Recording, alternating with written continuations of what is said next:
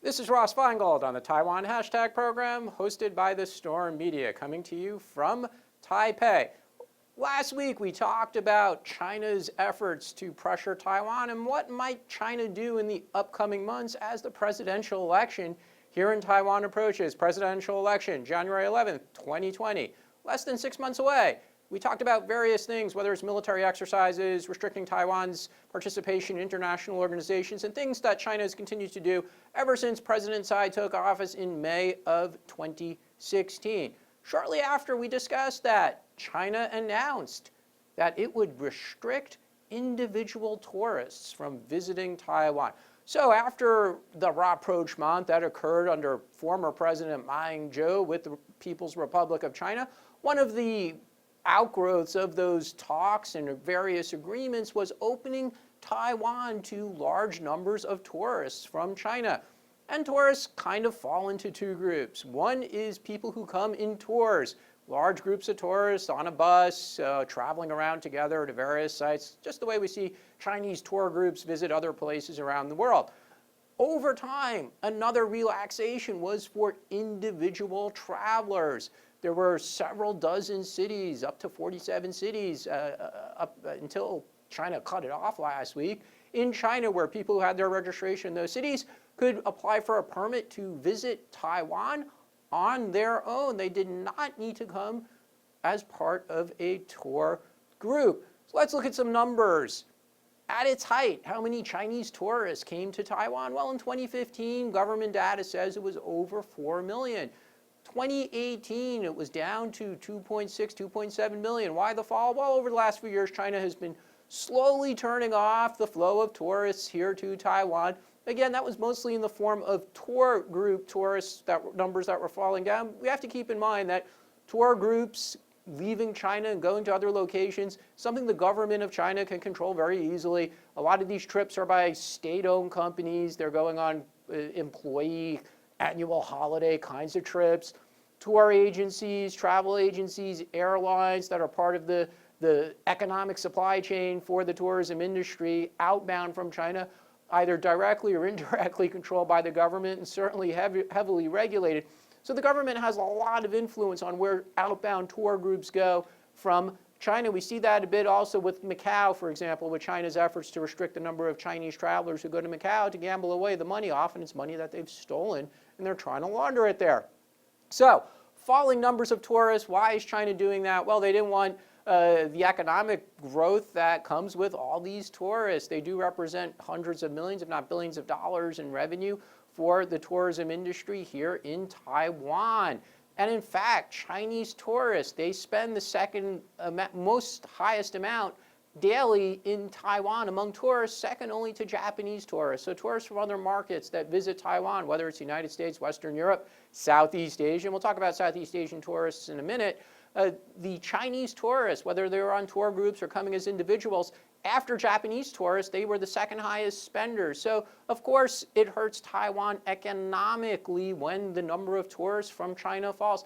There's some other factors involved here as well. People say that, well, China doesn't want its tourists to come to Taiwan and see a democracy, especially in the time preceding an election where everyone's talking about politics and candidates are campaigning for office and you see democracy in action. There might be some truth to that because prior to the previous presidential election in 2016, so over the course of 2015, China did reduce the number of tourists who were coming here to Taiwan slowly. But again, that was actually the year of the greatest high, the highest number. So not necessarily the case that China doesn't want people to see democracy. Another theory that people have been speculating on is China doesn't want tourists to come to Taiwan because they're going to turn on their TV and see news reports about the ongoing events in Hong Kong, where people in Hong Kong are protesting, and one of their demands is to have greater democracy in Hong Kong. Interesting theory, but it's speculating that Chinese tourists, when they come to Taiwan, will not be outside doing tourist stuff, but they're going to be inside their hotel rooms watching Taiwan TV news reports about Hong Kong. I'm not completely sold on that theory, but it's interesting to speculate. But again, ultimately, this is about trying to cause economic damage to the government of President Tsai Ing-wen and to try and convince voters to vote for a presidential candidate that will return to the policies of President Ma, that will seek to have greater accommodation with China, might agree to China on what the description of the cross-strait Taiwan-China relationship is. Clearly, Han Kuo-yu of the Kuomintang is that kind of candidate. Whether or not Terry Gou, Guo Tai-ming of Foxconn fame, or Mayor Ko Wen-je of Taipei run for president and win, and what kind of policies they'll have is probably going to be something more similar to a Kuomintang kind of cross-strait China policy than what the incumbent Tsai Ing-wen will have if she's re-elected. So ultimately, this is about economic punishment more than anything else. So how has the government here reacted? Well, interesting, because there's an argument that it's not necessarily consistent. What do we mean by that? You know, on the one hand, for the 3 years that this government has been in office, they've been saying we should not rely on China. So we want to diversify our exports, or where Taiwanese companies have manufacturing facilities, part of the government's new southbound policy. So they want to encourage Taiwan companies to leave China, maybe come back to Taiwan, or do more business in Southeast Asia, as well as in India, as well as in the United States. So on the one hand, they're saying, well, we don't really need that much business from China. Actually, we can make up the tourists with tourists from which countries? Japan, Korea. There's been some increase with Japanese tourists, Korean tourists, not so much. It seems to have hit a plateau. Southeast Asia, the government has said that we're having a lot of success bringing in tourists from Southeast Asia. Now, it's true that the number of tourists from the Philippines and from Vietnam have increased dramatically during the 3 years of the President Tsai's administration. Their visa requirements were relaxed, so it's a lot easier to get visa-free entry now for tourists from Vietnam and the Philippines. So we see a large increase. But there's some other factors to keep in mind here. The government has provided subsidies for some of these tourists, so hotel rooms or even air tickets. In some cases, there are subsidies available to bring tourists from certain markets to Taiwan. The daily spend, it's clear, we know from government data, the government publishes the data, the daily spend of tourists from some countries in Southeast Asia is just not as high as the tourists from Japan or China or Korea or Western Europe and the United States. So you can bring in more tourists from certain markets like the Philippines or Vietnam, but if the daily spend is not as high as the tourists that you've lost, obviously the people in the tourism ecosystem, whether they own hotels, work in hotels, work at scenic spots, own restaurants that cater to tourists, whether it's here in downtown Taipei or rural areas across Taiwan, it's clear that the daily expenditure of some of the tourists who've made up for the decrease in China, such as from Southeast Asia, the daily spend is just much, much lower. Another interesting phenomenon is because a lot of these tourists are younger, they don't spend as much money, they're cost conscious. What does that mean? Well, for those of you out there who've stayed in an Airbnb, you know what I'm talking about. They don't necessarily stay in 3- or 4-star hotels. They'll stay in an Airbnb. They'll stay with 2 or 3 friends in an Airbnb. It's very economical. It could be a lot cheaper than staying in a hotel, and a hotel might not like when you put 3 or 4 people in a room. But you can do that with an Airbnb host. And in fact, there's a lot of great Airbnb apartments right here in Taipei. So welcome to come. I'm not necessarily endorsing staying in Airbnb. The hotels need your business as well.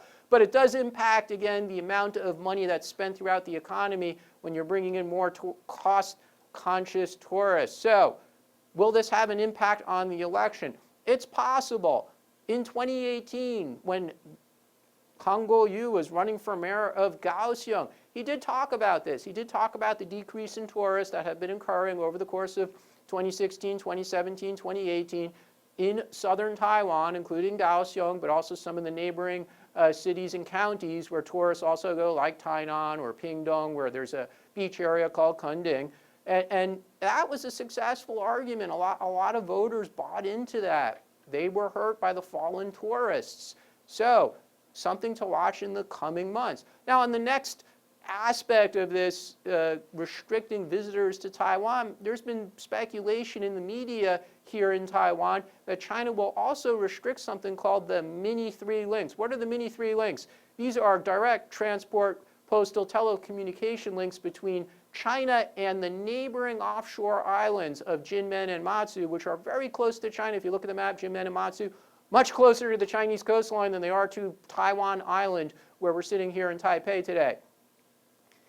In those two islands, visitors from China can basically come in with very few restrictions. It doesn't allow them to fly over to Taiwan, but they can basically make a day trip or stay over there in Jinmen and Matsu with very, very few restrictions. Now there's speculation that China will cut that off. Now, if that gets cut off, it will definitely impact the livelihood of the people who live there, who are citizens of the Republic of China on Taiwan. So their economic well-being will be impacted by a loss of day visitors, tourists from China. They do get a lot of daily necessities as well, because it's a lot cheaper to buy food or other products from China than it is to ship them over from Taiwan by sea or air freight to Jinmen and Matsu. Unfortunately, I guess, depending on who your preferred presidential candidate is, there are not a lot of voters there. So if the voters there are angered by this result, actually it's not going to hurt President Tsai very much. The voters there usually don't vote for the DPP anyway. They usually vote for the Kuomintang. So from a voter perspective, it's probably not going to hurt President Tsai very much if China would cut off these mini-3 links. However, it'll get a lot of domestic attention. It'll definitely be a signal that China is raising tensions with Taiwan. It's just looking for another way to put pressure on Taiwan. And perhaps most significantly, these mini-3 links between China and these offshore islands of Jinmen and Matsu, this program actually began when President Tsai was the chairperson of the Mainland Affairs Council way back during the presidential administration of Chen Shui-bian. So during President Chen's first administration from 2000 to 2004, these mini-3 links between the offshore islands and China were inaugurated. President Tsai, who was then the chairman of the Mainland Affairs Council, helped to inaugurate this program. So in a way, China is being very sneaky, because they've identified a program that President Tsai helped inaugurate, and they're potentially going to now cancel this program. They haven't done so yet, but there's a lot of speculation that this is one of their next things that they will do. So we talked last week about Taiwan needing an all-of-government response to these actions from China. So in response to the announcement that the individual tourists are going to be cut off, the government here said we're going to give more subsidies, another approximately $100 million initially, although likely there'll be more money in the coming months if the tourism sector continues to suffer. These will be subsidies for who? Foreign tourists? No, it's actually going to be for domestic tourism. So to get people who live in Taiwan to come to travel domestically, to go to scenic spots around Taiwan. We'll see if this has a material impact. I'll make one more suggestion, because I received a message from a friend who wanted to visit Taiwan. His country does not currently have reciprocal visa-free access with Taiwan. So he went to the Taiwan representative office in the country where he's located and inquired about a visa to visit Taiwan. He wanted to come here as a tourist. Single entry visa was almost $100. A multiple entry visa was almost $200. This person wants to visit Taiwan. Now, I understand that Taiwan wants to have reciprocity, and it's important for the country's dignity to say, we're going to give you visa-free access. You should give us, you should give our nationals visa-free access.